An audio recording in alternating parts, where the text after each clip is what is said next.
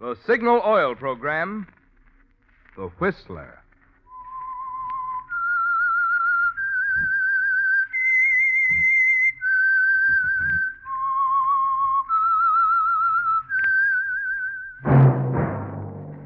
That whistle is your signal for the Signal Oil Program, The Whistler.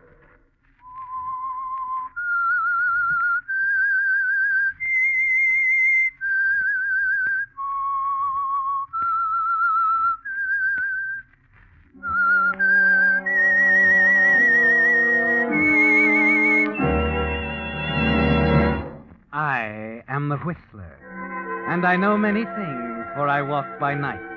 I know many strange tales hidden in the hearts of men and women who have stepped into the shadows.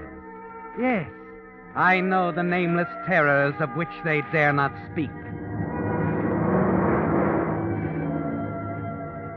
Yes, friends, it's time for the Signal Oil Program, The Whistler. Rated by independent research, the most popular West Coast program in radio history. And Signal gasoline is tops, too. Tops in quality. It takes extra quality, you know, to give you extra mileage. And Signal is the famous Go Farther gasoline. So look for the Signal circle sign in yellow and black that identifies friendly dealer-owned Signal service stations from Canada to Mexico. And now the Whistler's strange story. A case for Mr. Carrington.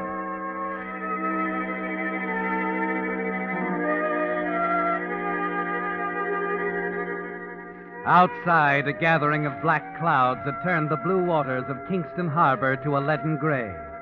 The breeze blowing in from the Caribbean was heavy with moisture, and on the sugar plantations, in the grinding and boiling houses, Jamaican natives sweated and muttered that a summer storm was on the way.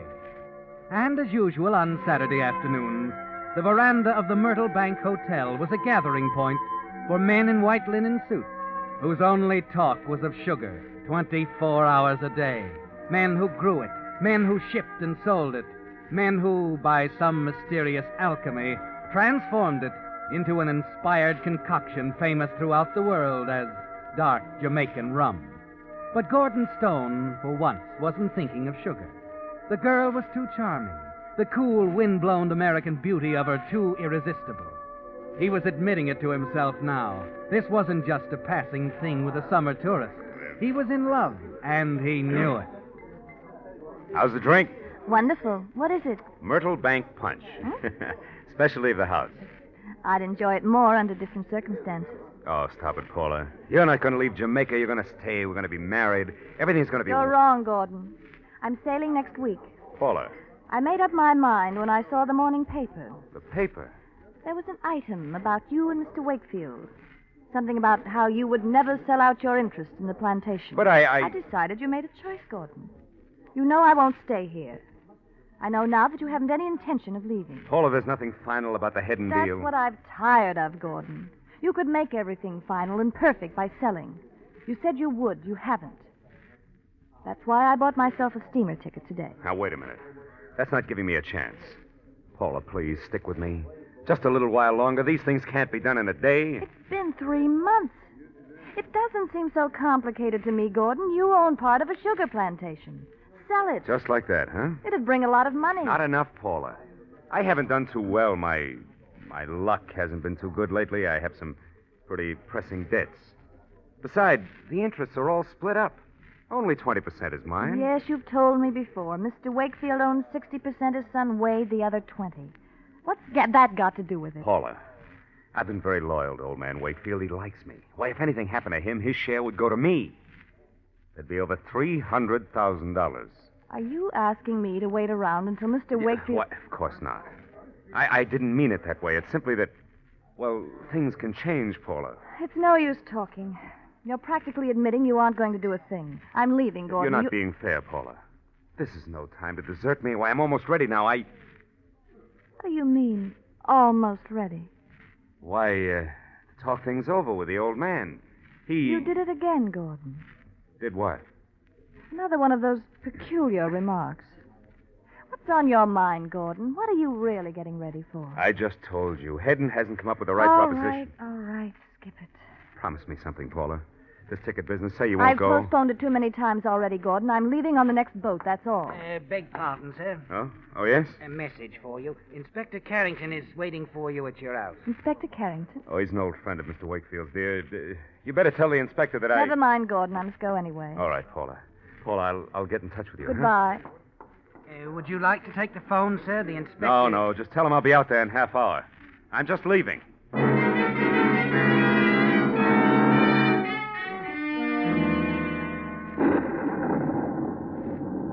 The rumble of thunder sounds overhead as you guide the car through the outskirts of town, down the road bisecting tall fields of cane on the flatland to the north. And you wonder, Gordon, if Paula knows, if she suspects there's a reason for those accidental remarks of yours, that from the moment you first saw her, Jamaica became a prison, and the tense, trapped feeling inside you began to build like the storm overhead, and that now, with her final decision, it's got to break. By the time you arrive at your house on the plantation, you've decided it doesn't matter much whether Paula suspects or not. You brace yourself a little as you walk in to meet your guest. Yes, Gordon, Inspector Charles Carrington is the last person on Earth who should suspect you're planning a murder. Hello, Inspector. Good afternoon, Gordon. Oh, I'm sorry I kept you waiting. Well, that's all right. Hated to pull you away from the charmer of yours, but it's rather important, I think. You're meeting with Wakefield this afternoon. Yes, in 10 minutes, as a matter of fact. I want you to do a favor for me, Gordon. I'd be glad to. You know, of course, that the old boy's my closest friend, went through Cambridge together and all that, and I'd hate to see anything happen to him. What do you mean? Oh, I've never said this to him, Gordon, but frankly, I'm quite worried about his boy, Wade. Oh, Wade. Well, I don't know. Exactly. He's not a... Now, I understand the two of them have almost come to blows in this hidden proposition. Wade wants to sell his interest. His father, of course, refuses to consider it. It's sort of a chronic condition. It's more than that. I think I know human character, Gordon. Lord knows I've dealt with it long enough. Wade's not like his father at all. To get to the point, I'm very much afraid that boy's liable to do something violent if he's crossed too often. Old man Wakefield would jump down your throat if he knew you were thinking... I know it. That's why I'm telling you. If it were up to me, I'd get the boy out of the country. But you see, it isn't up to me. You think it's that serious, huh? Oh, it could be, easily.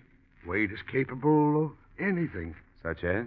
Killing his father, for example. Oh, come now, Inspector. I've seen it before, Gordon. I know that look. He's fully capable of murder, and above all, he's got the motive.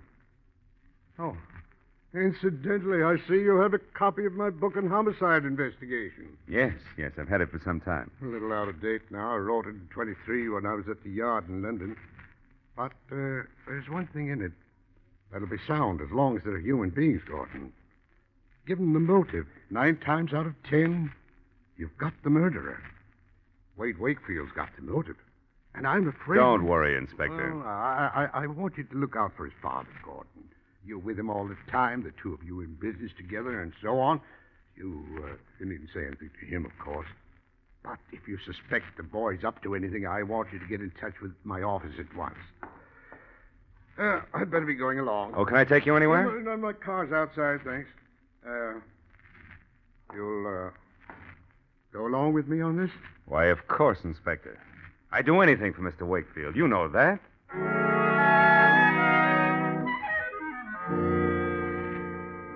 You see him to the door, then walk thoughtfully back into your study. Take his book on homicide investigation off the shelf. Flip the pages to a passage you've studied many times, underlined in red pencil. If there's one essential in the investigation of homicide, it is the element of motive. Given the motive, 9 times out of 10, you've got the murderer. Carrington's creed, Gordon, and the key to your escape from the prison here. The open sesame to New York and Paula, and the $300,000 in proceeds from the sale of the plantation that will come to you if old Mr. Wakefield, your partner, dies. And above all, the thing that will send his son Wade to the gallows for a crime that you committed. Your mind is made up now. There couldn't be a better time, Gordon. The storm, the inspector. It's going to happen tonight.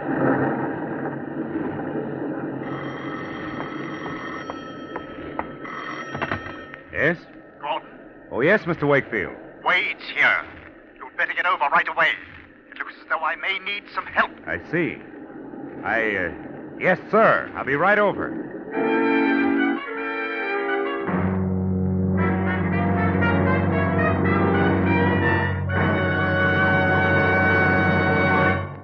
With the prologue of A Case for Mr. Carrington, the Signal Oil Company is bringing you another strange story by The Whistler. But now, since cooler weather is here to stay for a while, I'd like to say a word about an item that's going to have a lot to do with your driving pleasure from now on. Batteries. How's the condition of yours? One way to find out, of course, is to wait until your battery refuses to turn the motor over some chill morning. But a much better way is to stop by your Signal service station regularly for a battery inspection. Your Signal dealer will keep the battery water at the proper level for long, efficient service. If your battery has run down, Signal dealers have the latest equipment for safe recharging. And should you need a new battery, mister, you've come to the right place. For the new batteries that Signal dealers feature are not just another battery, no, sir. Signal batteries are very special batteries, built to exacting standards that Signal Oil Company is proud to stand back of. They're rugged, they're packed with power, and they're guaranteed. So remember, if it's the best in batteries you're looking for, you needn't look farther than your neighborhood Signal service station. And now back to the Whistler.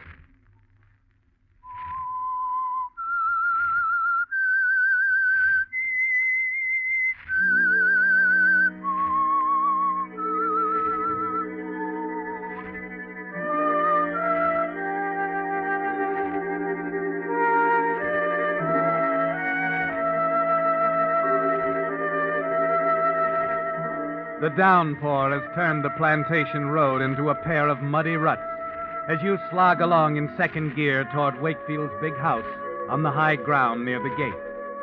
And you're thinking now, Gordon, of the murder that will take place before the storm passes. Of a custom-built case for Mr. Carrington, with a motive so strong he made a special trip to discuss it with you. You're thinking, too, of Paula and Fifth Avenue and dinner together at the Colony Club, and a life in which sugar is simply something you put in your coffee. As usual, there's a violent argument in progress between father and son when you arrive. Don't you understand plain English? Of course I understand English. I was brought up on it. But I can't understand stupidity. I've operated this plantation for 30 years without your help. Easy. Take it easy. Gordon. You'd better run along, Mr. Stone. My father and I are having a private conversation. And maybe you'd better shut up. Who do you Did you hear what I said? You're going to say that once too often, old boy. When that happens, let me know. Now, what is it? The same old thing. He wants to sell his 20% to Hedden. I thought we'd settled that. You were wrong. Now that you're both here, I might as well tell you. Well, go on. I instructed your clerk yesterday afternoon to draw up the contract. Mr. Hedden and I have already had an understanding. What? The deal, in short, is made. Wade. I'm of age, Father. It's my interest, my money, and my decision. Get out of this house. You hear me? Get out! Oh, come now. Don't you think you're being a little... Get out of here before I throw you out. I'm sorry to leave the old ancestral home. If you want me, I'll be staying down at the hotel. I'm sorry, Mr. Wakefield, that had to happen. You'll have to excuse me, Gordon. I think I'd better lie down for a while.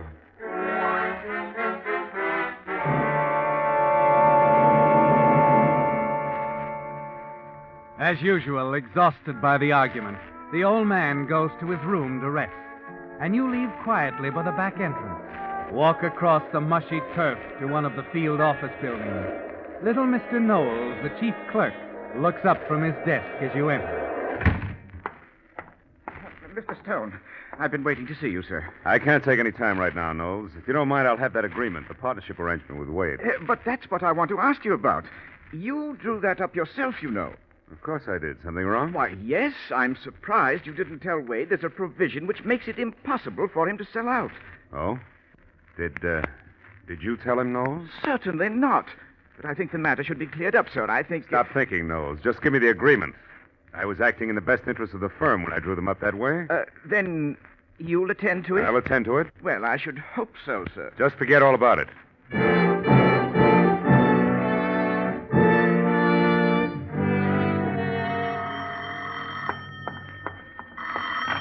Yes? Gordon, Yes, Paula. I've been trying to get you for an hour. Oh, I'm sorry, dear. I was tied up I with know. I just wanted to tell you my sailing's been moved up. The boat leaves tomorrow night. Oh? You haven't... Listen, dear, I'm going to see you tomorrow. We can discuss You it all haven't then. told me, Gordon. Are you going to sell? Well, I can't tell you now, Paula. I'm sorry. So am I. Goodbye, Gordon. Paula, That's all right, Angel. You'll feel better tomorrow.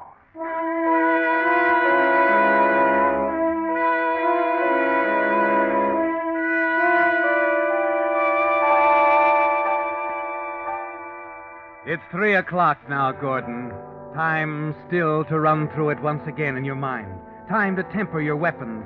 Add weight to your legendary loyalty to Mr. Wakefield. Your obvious hatred of his son. At 4, you're sitting at the bar in Wade's hotel waiting for him to appear. Talking to Sid Riggs, financial editor of the Kingston Express. So the old man threw the boy out of the house, eh? You know, I had no idea it would go that far. Oh, you don't know Wade. No sense, no perspective. Hates his father like poison. No. If it were me, I'd buy him a ticket. Get him out of Jamaica right now. Well, you can't play God, Gordon. Well, if it would make it easier for the old man, I'd do it. You think a lot of him, don't you? I think enough of him to protect him from a no-good son. I'd do anything. Wade is a... Oh. Go on, Stern. Say it. Hello, Wade. I didn't see you come in. Obviously. Not that that makes any difference. I've been waiting for you. Now, wait a minute, Gordon. This is no place for There'll you never to- be a better place, Sid. Stay out of it. What's eating you, Stern? If you had any sense yourself... I'd break your neck. Now, listen, You Garrett. listen. I want you to get out of town. Leave your father alone. What? So the two of you can go on running the company in the same old rut? Yes. If he wants it that way. What's your pitch, Stern? Where do you get off? And when? There's got to be more to it than loyalty to a stubborn old man who... Another crack like that and I'll kill you. Hey, cut it out now, Gordon. Cut it out. Leave him alone. If it's a fight he wants, I'll... Stop it. I'll call the police. You can't fight in my hotel. Huh? Come on, Wade, outside. Come on, now you'll feel better. This isn't settled yet, Stern. Please, Mr. Stern, don't continue it. I can't say that I blame you, but the other patrons... I know. I'm sorry, Mr. Grayson. All right. It's all over. More drinks at the bar. Perhaps we talked in the lobby, Mr. Stone. Sure. I'm going anyway. I hope you realize I understand your position in this. That young Wade is... Of course. I wish he weren't staying here at all. Yeah. Oh, look, Mr. Grayson. As long as he is, you can do me a favor. Oh? Now, he upsets his father terribly. Any time you hear that he's calling or trying to see the old man, would you let me know? Why, certainly. Thanks. And, I'm sorry about what happened in there. It's all right, Mr. Stone. Give them something to talk about over their drinks, but I hope it won't happen again. I hope it won't be necessary. Good night, Mr. Grayson.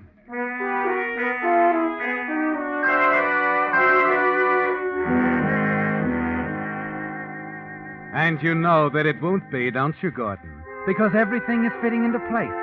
Your well-established devotion to Wakefield, the fears you've expressed for his safety, the bad blood between father and son.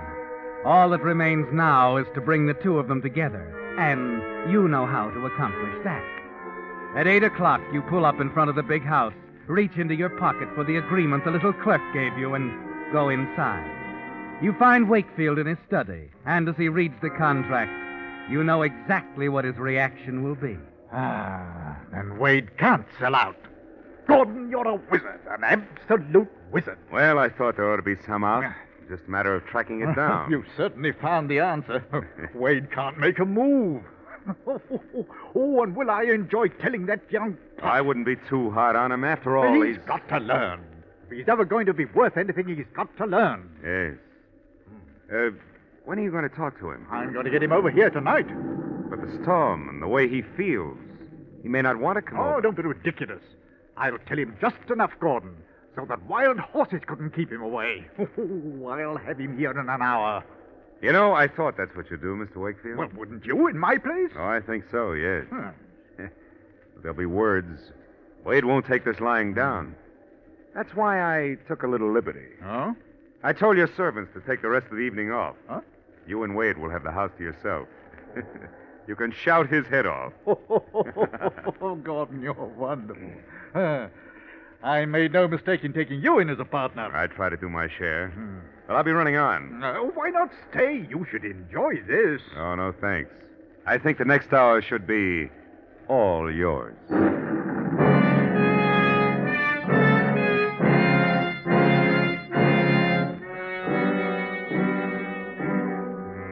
The drive across the plantation to your own quarters is pleasant, isn't it, Gordon? In spite of the mounting wrath of the storm. There's a tense, expectant feeling, some nervousness, but not enough to destroy the excitement. It's going so well. If there were any doubt that Wade would come out to his father's house, it's erased as you let yourself in, fumble across the storm-darkened room to answer your insistently ringing phone. Hello? Mr. Stone? Speaking. This is Grayson at the hotel. Oh? Mr. Stone, you asked me to call about Wade. What happened? Well, his father telephoned a while ago from the place out there. Shortly after that, Wade left. I'm sure that's where he's going. I see. I hope there isn't anything to be alarmed about, but, well, the way he rushed out of here and all, You did the right thing, Grayson. Glad you called. I'll get right over to the other house. I don't believe you could get there before he does, Mr. Stone. I've been calling... I'll do my best, Grayson. Don't worry about it. You hang up, smiling, knowing that your timing is almost perfect. But you'll have to hurry, Gordon. Wade can't leave that house before you arrive. You've got to murder Wakefield only a few moments after the two men argue and Wade drives off, heading back to town. You've got to go through with the one thing that can bring you and Paula together.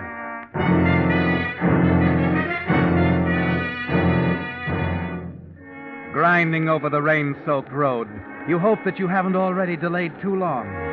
A few moments later, sloshing toward the house, you know that it's all right. Angry voices, barely discernible through the storm, tell you that the argument between Wade Wakefield and his father has reached its height.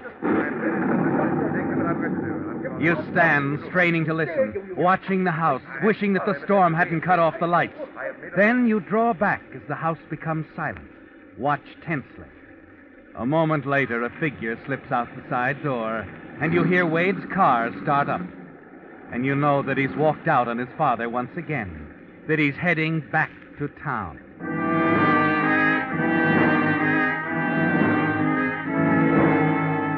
It's simpler than you planned, isn't it, Gordon? Knowing the two of them so well makes it almost mechanical. You even know where to find Wakefield in the dark house. And you swing onto the veranda, climb easily up to the bedroom window, where he's certain to be lying down, exhausted from his own anger. You peer in cautiously, see him on the bed, moving restlessly. Slowly, you ease the window up. You lean into the room slightly. Take careful aim at the sleeping figure of Mr. Wakefield on the bed.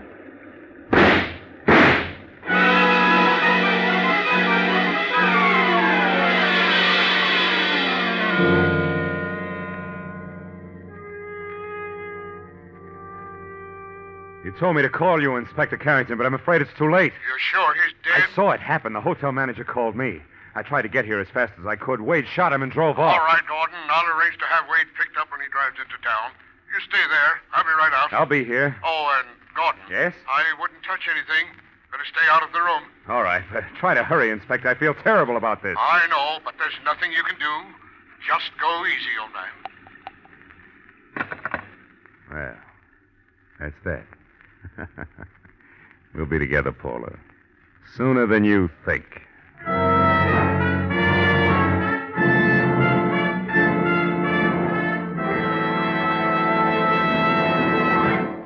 The Whistler will return in just a moment with a strange ending to tonight's story. Meantime, 2 points it'll pay every driver to remember if you want to be sure of the tops in quality when you buy gasoline. 1, In gasoline, it takes extra quality to go farther. and 2, Signal is the famous Go Farther gasoline. yes, it's a fact. Mileage is the best yardstick of gasoline quality. After all, there's only one way any gasoline can give you quicker starting, faster pickup, and smoother knock-free power. That's by helping your motor run more efficiently. And when your motor runs more efficiently, naturally you see proof of it on your speedometer in mileage, the very thing Signal gasoline is famous for. That's why we're so proud of Signal's good mileage, which has made Signal gasoline known from Canada to Mexico as the Go Farther gasoline. And it's why we say, to be sure of the tops in gasoline quality, there are just two things to remember. One, In gasoline, it takes extra quality to go farther. And two, Signal is the famous Go Farther gasoline.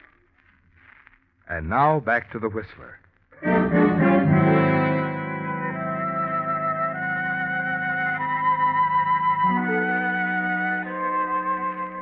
Well, Gordon, the case for Mr. Carrington is complete now. It's simple, isn't it? So simple that the lowliest amateur in Kingston can add up the facts. Come to the conclusion that Inspector Carrington must inevitably reach. That Wade Wakefield, furious with frustration, shot and killed his own father. As the minutes tick by, you pace the floor of the old man's study. Glance up occasionally at the door to the upstairs bedroom. The room which holds the key to all your plans. Paula, New York, and freedom. It's only 25 minutes since you called the inspector and described young Wade's crime when a car pulls up and you hear footsteps on the porch. Come right in, Inspector. You'd better come with me, Gordon. Upstairs. I think the door's locked. Never mind, I have the key.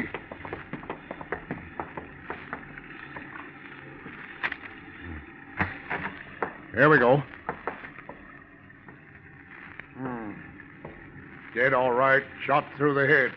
Yes, it's just as I told you. I saw Wade raise the gun and... A flash of lightning illuminates the room, and you get a good look at the body on the bed. Your knees buckle as it hits you. Of all the men in Kingston, Gordon, of all the men in the world, you've managed to kill the one against whom, in the eyes of Inspector Carrington, you had a solid motive. But Mr. Wakefield was... Wakefield is outside in the car waiting. They quarreled. Wade fell and struck his head. His father brought him up here before going for the doctor. Wade. It was Wade. Yes, Gordon. It was Wade you shot. Funny, isn't it, Gordon? Only this afternoon I was telling you. Given the motive. And who had a better motive to kill young Wade than you?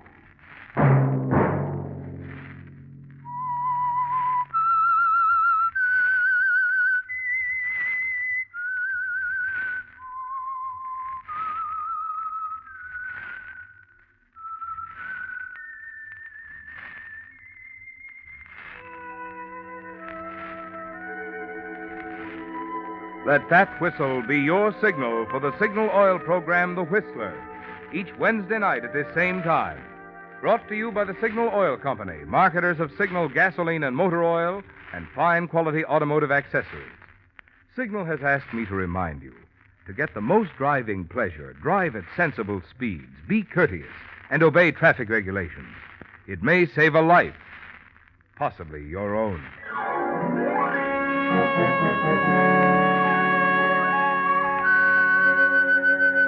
Featured in tonight's story were Gerald Moore and Mary Jane Croft. The Whistler was produced by George W. Allen, with story by Joel Malone and Harold Swanton, music by Wilbur Hatch, and was transmitted to our troops overseas by the Armed Forces Radio Service. Next Wednesday, for a full hour of mystery, tune in a half hour earlier. Enjoy The Saint as well as The Whistler. This is Marvin Miller speaking. This is CBS, the Columbia Broadcasting System.